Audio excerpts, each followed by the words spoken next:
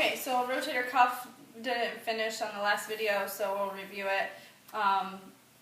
Drop arm test, he was in the middle of doing, I think, so remember it was where he brought his arm all the way up to the very top, and then you instruct him to slowly lower it down. If it dropped right here, that's a full thickness tear of the supraspinatus.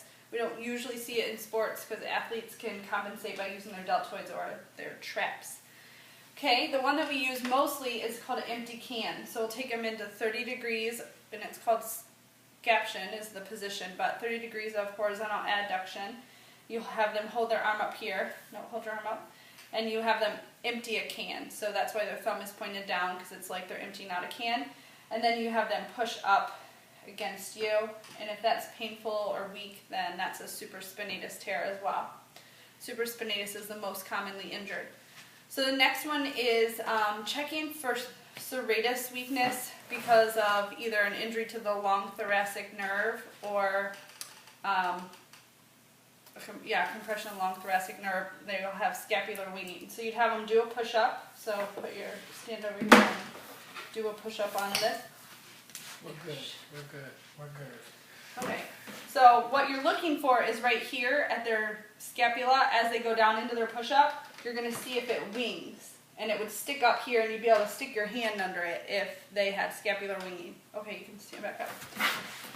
Okay, next we're going to check for biceps tendons injuries. So either a subluxation of the long head of the bicep out of the bicipital groove or biceps tendonitis.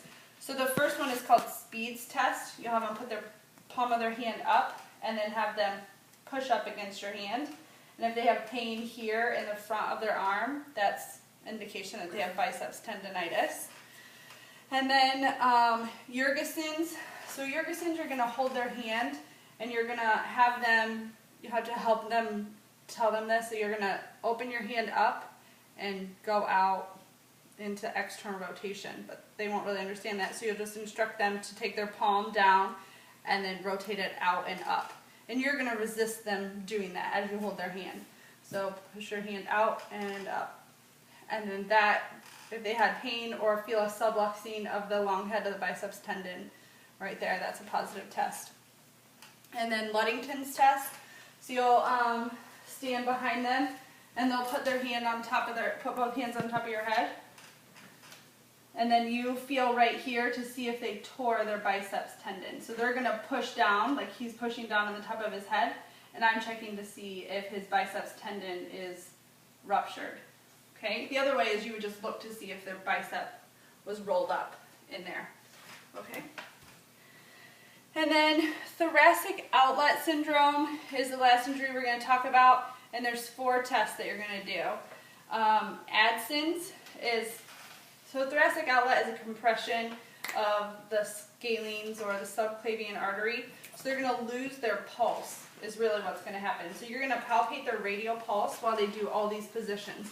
You're going to take them into, for Adson's, you're going to take them into extension and external rotation, and then you're going to have him look up and towards his shoulder. So look up more. And then you just hold it there and see if his pulse goes away. As long as you can still feel his pulse, then it's a negative test. Allen, they look away and back. So it's just a matter of which way they look. Military brace, they look straight ahead, and then you're going to pull their arm back here, like if you were doing both of them at the same time, you'd hold them back here and feel their pulse. Make sure that they still have their pulses. Ruse test, they're going to put their arms up here, bend your elbows, and you're going to go here, and then literally for 5 minutes, they're going to open and close their hand like this, and if they lose feeling in their fingers or go numb, then it's a positive test. I've never done it. It's in the book, but you never really do it. Okay, so those are all the shoulder special tests. Good job. What's up?